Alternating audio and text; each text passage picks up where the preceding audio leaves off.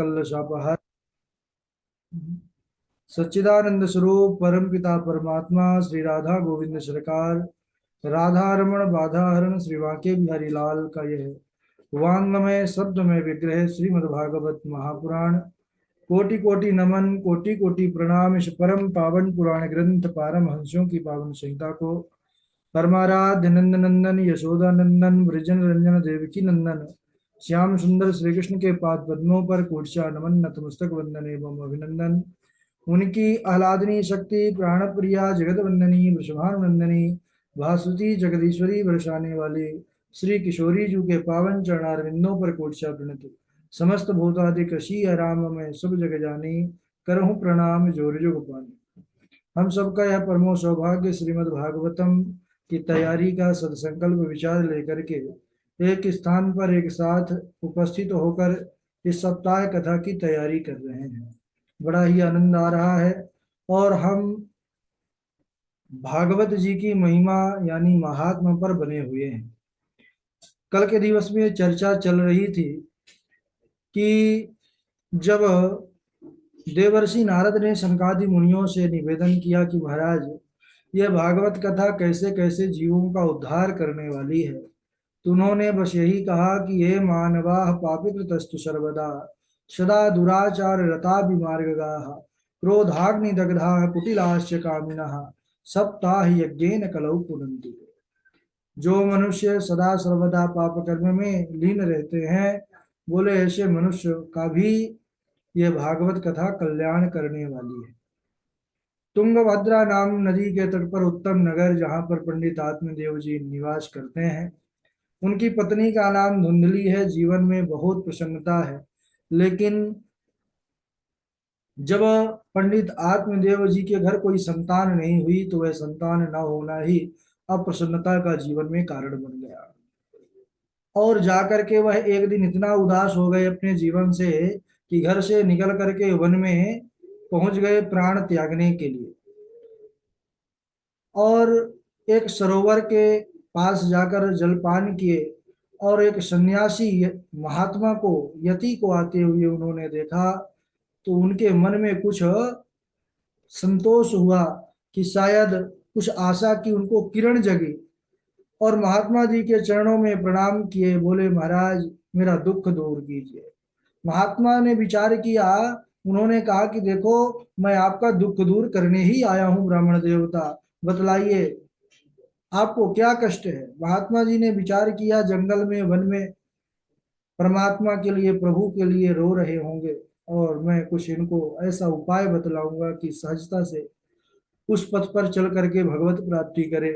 लेकिन इधर तो महाराज जब पंडित आत्मदेव जी ने अपने दुख का वर्णन किया कि मैं संतान के लिए रो रहा हूं, बोले महाराज सप्त जन्मावधि तब पुत्रो नहीं बचा नहीं बचा, 7 जन्मों तक पुत्र नहीं है।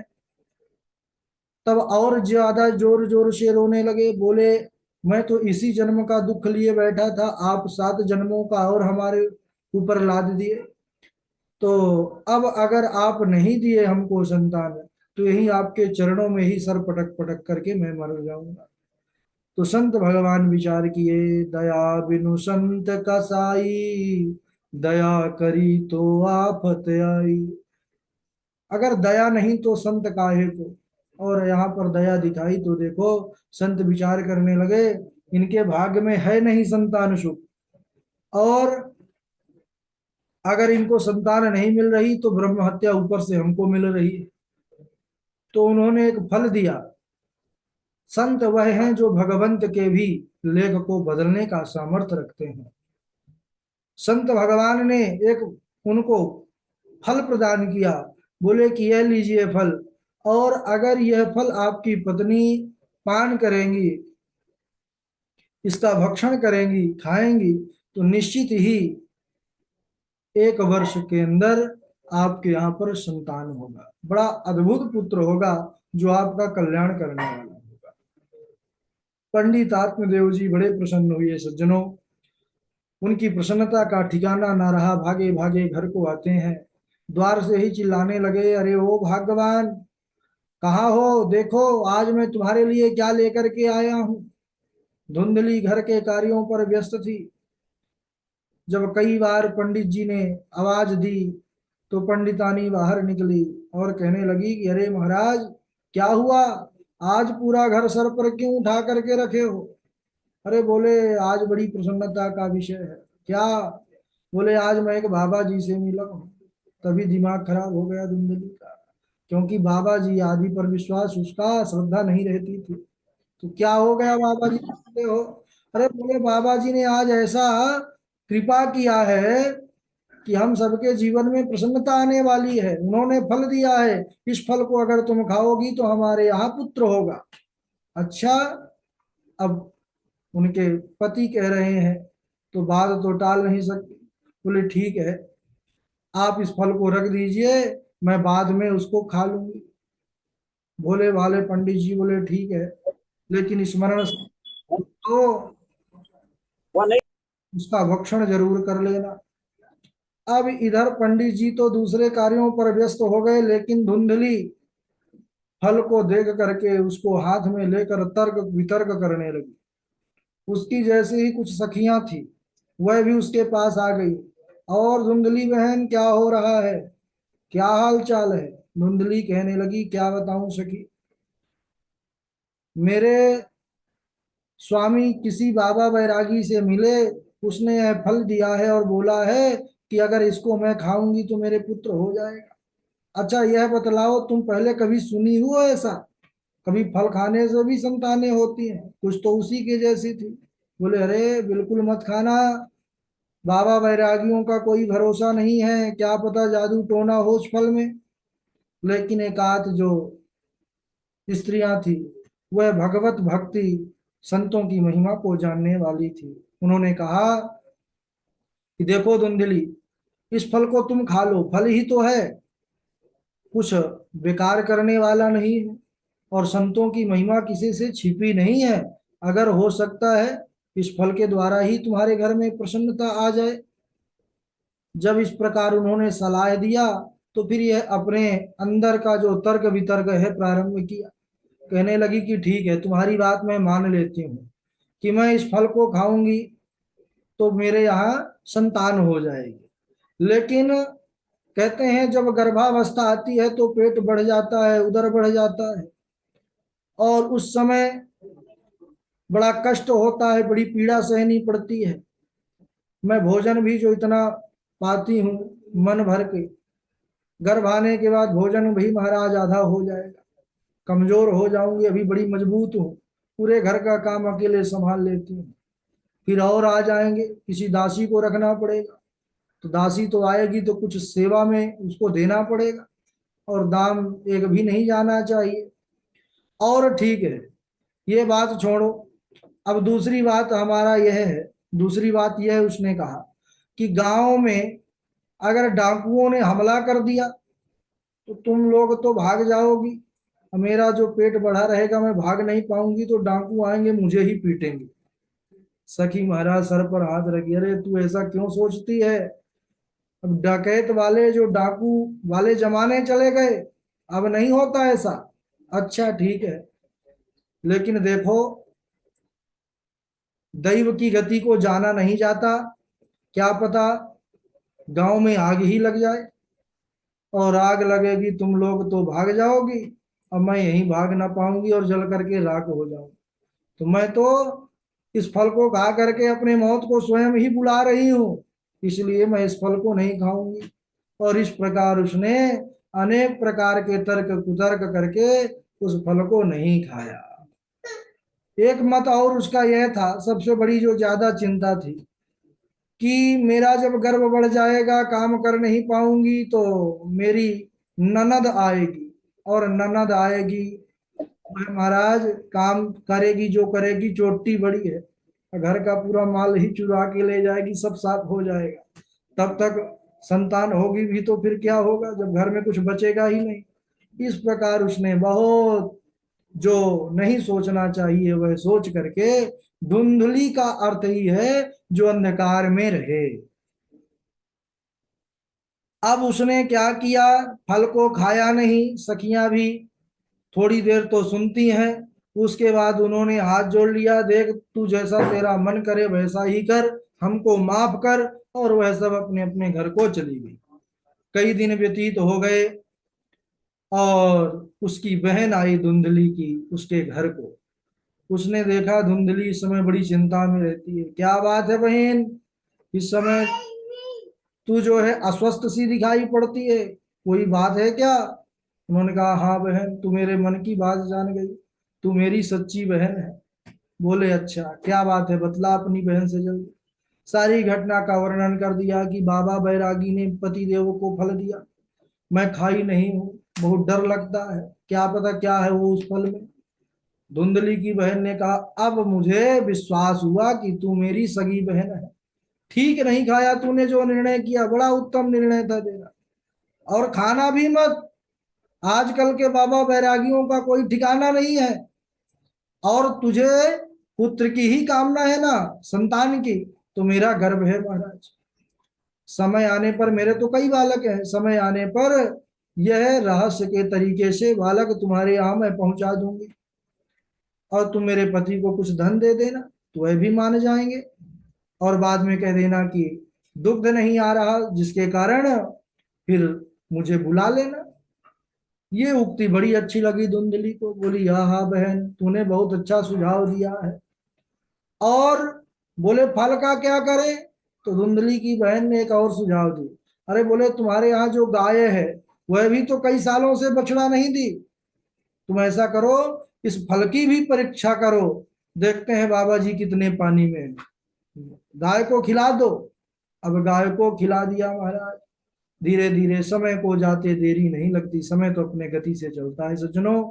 हम लोग चाहे समय का उपयोग कर पाए या दुरुपयोग करें, लेकिन समय अपने गति से चल रहा है, पल प्रतिपल। और समय बड़ा अमूल्य है। कहते हैं कि जो एक एक पल, एक एक मिनट, एक एक घंटा, एक एक दिन, एक एक महीने, एक एक साल हम ऐसे ही गुजारते चले जा रहे हैं, कुछ भी संग्रह नहीं कर पा रहे। बोले, आध्यात्मिक संग्रह है ना, भौतिक संग्रह तो जगत का लौकिक संग्रह हो जाता है, लेकिन जो परमार्थिक है, जो धार्मिक है, जो आध्यात्मिक है, जो उस परमात्मा की प्राप्ति का एक साधन है, वो कितना कर पा रहे हैं। और यह क्षण फिर मिलने वाला नहीं है, ये भी समझ लीजिएगा। बोले कि न लभ्यते, हजारों स्वर्ण मुद्रा दे करके भी समय प्राप्त नहीं किया जा सकता जो समय पीछे चला जाता है। न लभ्यते स्वर्ण कोटि भी, आयुषा क्षण एकोपि न लभ्यते स्वर्ण कोटि भी, साचे निरर्थ का नीता कानु हानिस ततोदिता। तो बोले, अगर इसी समय को हम ऐसे ही प्रपंच पर, ऐसे ही आलस्य में, ऐसे ही प्रमाद में, है ना, ऐसे ही प्रपंच पर गवा दे तो फिर इससे बड़ी हानि क्या होगी। समय बढ़ा, समय आगे गया और धुंधली के बहन के पुत्र हुआ। इधर यह भी बड़ा नाटक करती रही महाराज धुंधली, है ना, पेट में कपड़ा उपड़ा लगा करके नाटक दिखाती रही संसार को कि हाँ बस पुत्र होने ही वाला है। पंडित जी भी प्रसन्न है कि अब प्रसन्नता छाने वाली है, घर में खुशियां आने वाली है। अब खुशियां आ भी गई, पंडित जी बेचारे समझ ना पाए, वह उनके बहन के पुत्र हुआ और रहस्यमय तरीके से पहुंच गया धुंधली के पास। हल्ला हुआ, धुंधली के यहाँ बड़ा सुंदर बालक हुआ है। पंडित जी नाचने लगे जोर जोर से, बोले, जय हो प्रभु, जय हो संत भगवान। खूब बढ़िया ब्राह्मणों को बुलाया और सब जो कर्म होता है, जात कर्म संस्कार आदि, वो हुआ, स्वस्ति वाचन हुआ, ब्राह्मणों को दान दिया गया, नामकरण की बारी आई। पंडित जी ने विचार किया, हमारा नाम आत्मदेव, पुत्र का नाम परमात्म देव। तभी तक धुंधली अड़ करके खड़ी हो गई सामने। बोली, ये दोबारा अब जो है तो आप मत कहिएगा कि हम रखेंगे ना। बोले, क्यों? बोले, 9 महीने कष्ट किसने सहा? बोले, आपने। तो फिर हम नाम हम ही रखेंगे। अब देखिए, धुंधली ने भाई 9 महीने कष्ट सहा है, सही बात है। पंडित जी बेचारे नहीं जानते, लेकिन हम लोग तो जानते हैं कितना कष्ट सहा। उन्होंने कहा, ठीक है, आप ही रख लो। देवी ने कहा कि ठीक है, जैसे आपने कहा हमारा नाम आत्मदेव, पुत्र का नाम परमात्मा देव, तो हम भी कहती हैं हमारा नाम धुंधली, हमारे पुत्र का नाम धुंधकारी। अब लीजिए, नाम भी बड़ा सोच समझ करके रखना चाहिए। यह चरित्र से हमको यह ज्ञात होता है, नाम के हिसाब से ही काम हो जाता है। धुंधकारी क्या है? बोले धुंधुम कलहम करोति आशा धुंधकारी, जो सदैव कलह करे वही है धुंधकारी। अब उसने नाम तो धुंधकारी रख दिया। पंडित जी ने कहा जैसा तुम्हारा मन करे जी करे वही रखो। अब इधर क्या हुआ कि 3 महीने पश्चात गाय ने भी एक सुंदर मनुष्य शरीर के बालक को जन्म दिया। कान उसके केवल गौ के समान थे, लेकिन पूरा जो उसका शरीर था वह एक मनुष्य के समान, सुंदर देवता के समान बालक को जन्म दिया।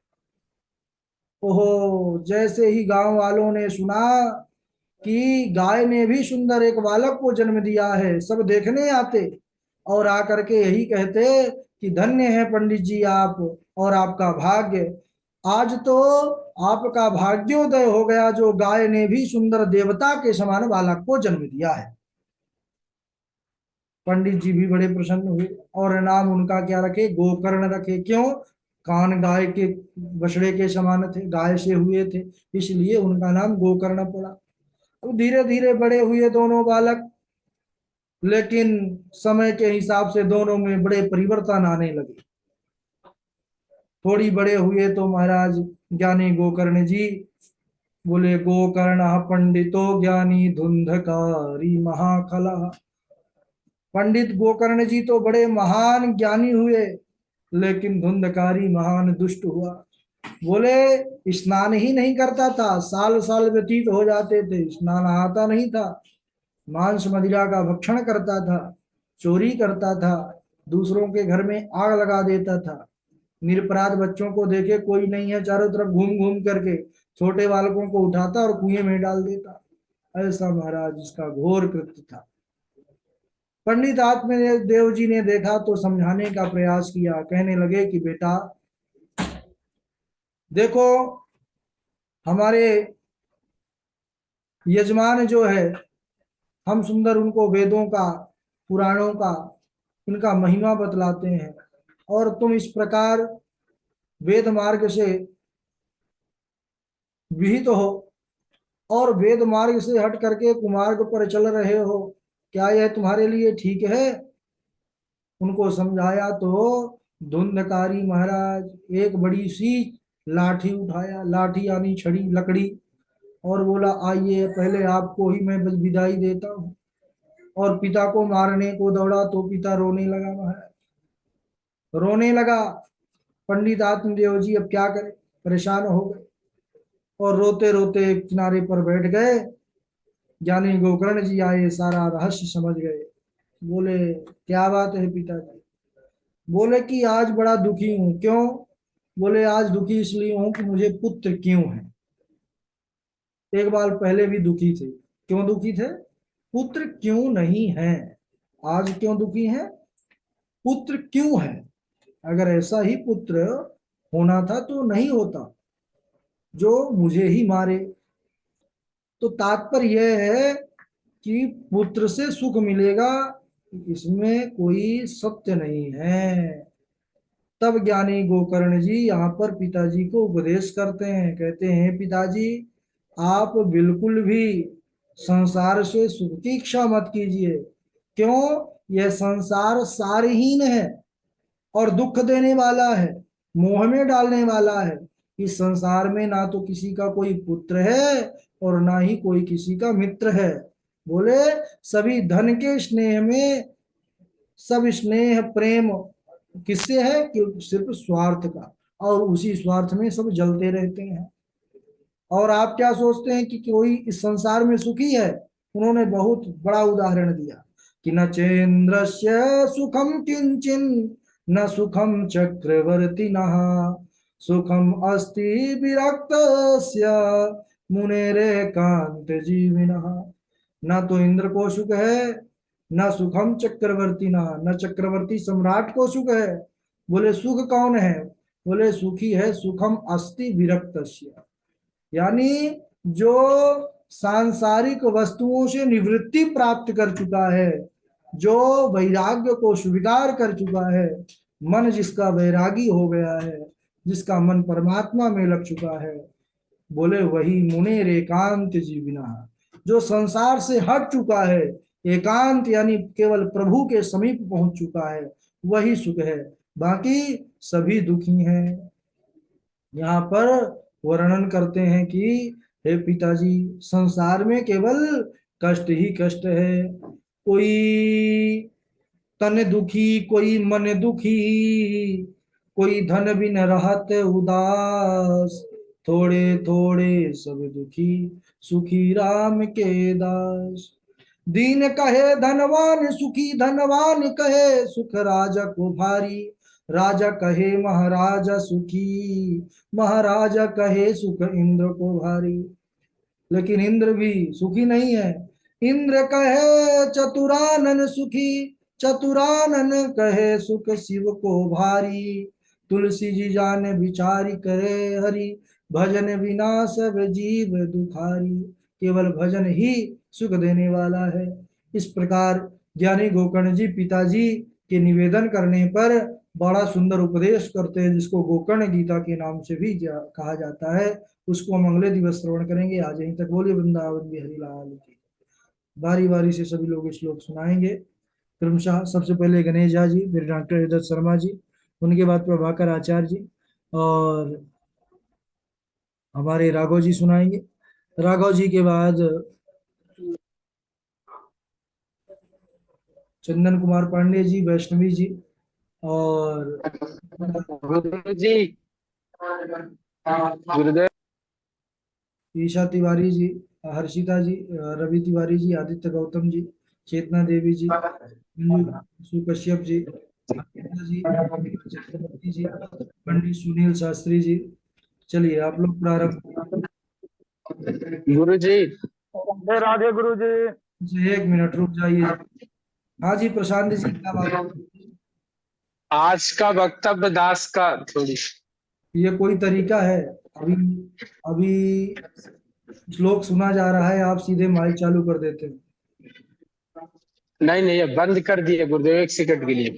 नहीं, ये आप कई कई दिनों से देखिए, जो नियम है ना, जो सभी नियमों का पालन करेंगे वही विद्यालय पर रहेंगे।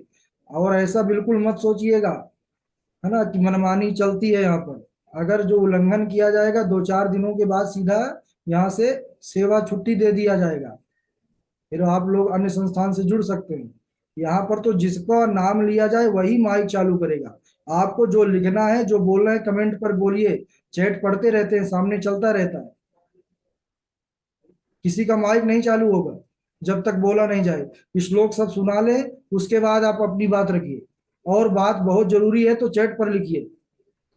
चलिए प्रारंभ करिए जाए। राधे राधे गुरु जी। हाँ राधे राधे। किम श्रुतैर्बहुभिः शास्त्रैः पुराणश्च भ्रमावः, एकं भागवतं शास्त्रं मुक्तिदानेन गर्जते। भक्ति सुतौ तौ तरुणौ गृहीत्वा प्रेमैकरूपा सहसा विरासीत्। श्री कृष्ण गोविंद हरे मुरारे, नाथेति नामानि मुहुर्वदन्ति। राधे राधे गुरु जी। बहुत सुंदर। झा जी के बाद डॉक्टर साहब सुनाएंगे। राधे राधे गुरु जी। हाँ राधे राधे। आजन्म मात्रमपि येन सठेन केनचित्, चित्तं विधाय सुख शास्त्र कथान पीता।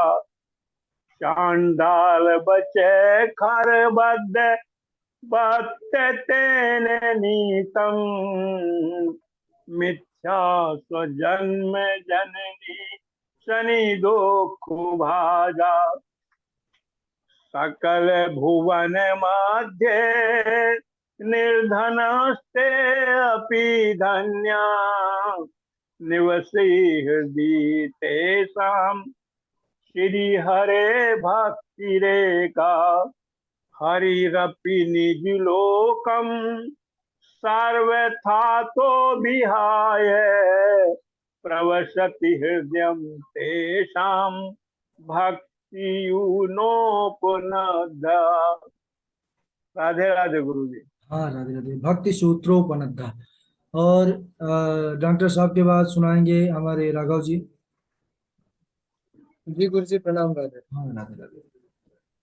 जन्म मात्रमपि येन सखेन किञ्चित् चित्तं विधाय शुकशास्त्रकथा न पीता चाण्डालवच्चखरवद्वत् तेन नीतम्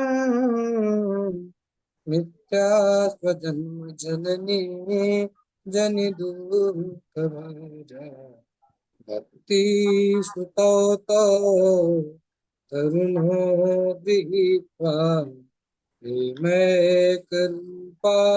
सहसा विराज। श्री कृष्ण गोविंद हरे मुरारे नाथेति नामानि मोहयन्ति नाथेति नामानि मोहयन्ति। जी गुरु। ठीक है, बहुत सुंदर राघव जी। राघव जी के बाद सुनाएंगे प्रभाकर आचार्य जी। ओम श्री गणेशाय नमः। सकल भुवन मध्ये निर्धनास्तेऽपि धन्या निवसति येषां श्री हरिर्भक्तिरेका हरिरपि निजलोकं सर्वथा तो विहाय प्रविशति हृदि तेषां भक्तिसूत्रोपनद्ध। राधे राधे गुरु जी। हाँ राधे राधे। वैष्णवी तिवारी जी आप सुनाएंगे, उनके बाद निशांत जी सुनाएंगे। वैष्णवी तिवारी। राधे राधे गुरु जी प्रणाम। हाँ। कृष्णात्वदीय पत्पंकज पंजरानते अद्वय में विशतु मानस राजहंसः प्राणप्रायाण शमय कफवात पित्तयः कंठावरोधन विधौ स्मरणं कुमस्तते रामाय रामभद्राय रामचंद्राय वेधसे रघुनाथाय नाथाय सीताय पतये नमः। राधे राधे गुरु जी प्रणाम। ठीक है, निशांत जी सुनाएंगे आप। जी गुरु जी राधे राधे प्रणाम।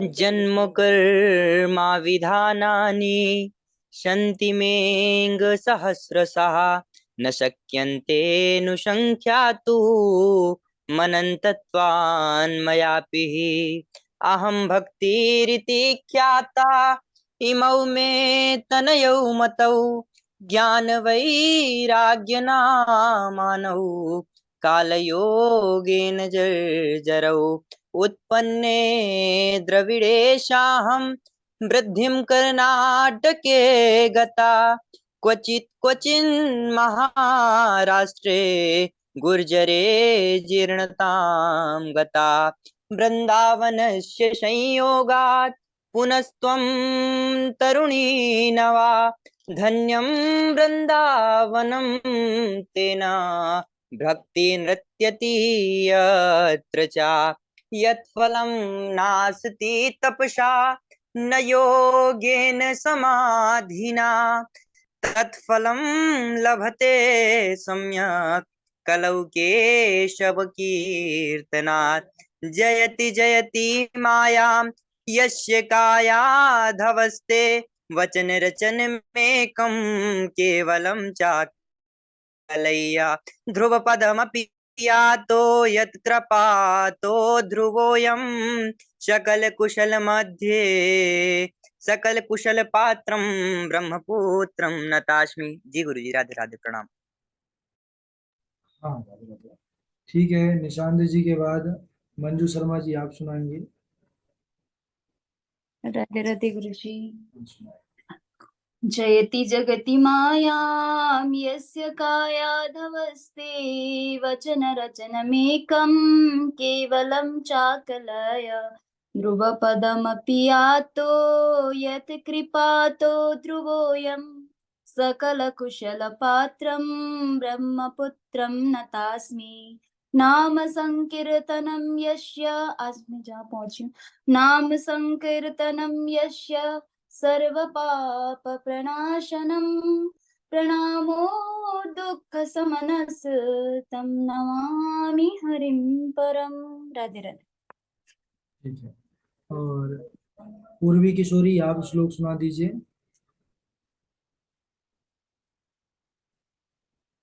पूर्वी व्यस्त हैं, ठीक है। चेतना देवी जी, अजय चौबे जी जी जी गुरु जी प्रणाम। राधे राधे। सुनाइए।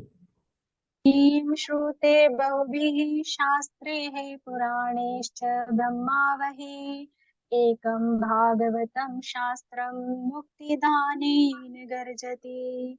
सदा सेव्या श्रीमद्भागवती कथा यस्याः श्रवणमात्रेण हरिश्रीतं समाश्रयेतं। राधे राधे गुरु जी। राधे राधे गुरु जी। जी चौबे जी सुनाइए। ये मानवा पापति सर्वदा दुराचाररता विमार्गगा क्रोधाग्निदग्धा विलासकामिनं सप्ताह यज्ञेन कलोपनन्ति। राधे राधे गुरु जी। और उनके बाद रवि तिवारी जी आप सुना देंगे। गौतम जी हैं, चंदन कुमार पांडे जी हैं। जी गुरुदेव राधे राधे। जी सुनाइए। उत्पन्ने द्रविणे साहं वृद्धिं कर्णाटके गता क्वचित् महाराष्ट्रे गुर्जरे जीर्णतां गता वृन्दावनं पुनः प्राय नवीनेन स्वरूपिणी। जी गुरुदेव राधे। ठीक है। और आदित्य गौतम जी